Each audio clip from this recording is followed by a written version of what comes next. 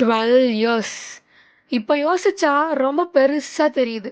ஆனா அதுல இருந்தப்போ ஜஸ்ட் நார்மல் டேஸ் மாரி தான் போச்சு. ஃபர்ஸ்ட் ஸ்டாண்டர்ட்ல ஸ்டார்ட் பண்ணது. இப்போ 12th முடிச்சிட்டேன். எப்படி 12 இயர்ஸ் போச்சுன்னு கூட புரியல.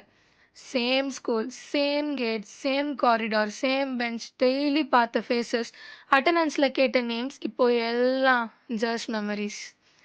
லஞ்ச் டைம் பெல்னாலே அது ஒரு சவுண்ட் இல்லை, அது ஒரு ஹாப்பினஸ் சிக்னல்.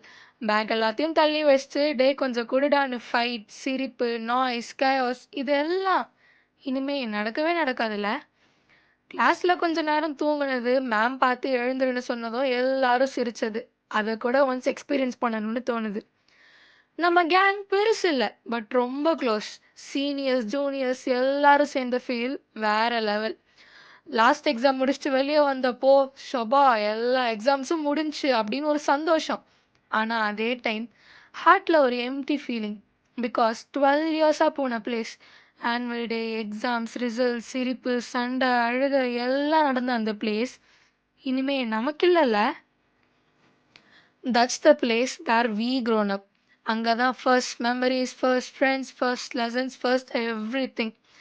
இப்போ எல்லாரும் டிஃப்ரெண்ட் டைரக்ஷன்ஸில் போகலாம், ஆனால் நம்ம மெமரிஸ் ஆல்வேஸ் சேம் பிளேஸில் தான் இருக்கும்.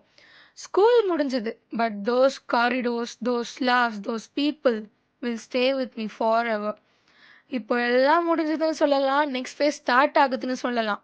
பட் எனக்கு ஒரு டவுட், நம்ம லைஃப்பில் இவ்வளோ பியூரா, இவ்வளோ ரியலா, இவ்வளோ கேர் ஃப்ரீயா இந்த மாதிரி ஒரு ஃபேஸ் இனிமே வருமா?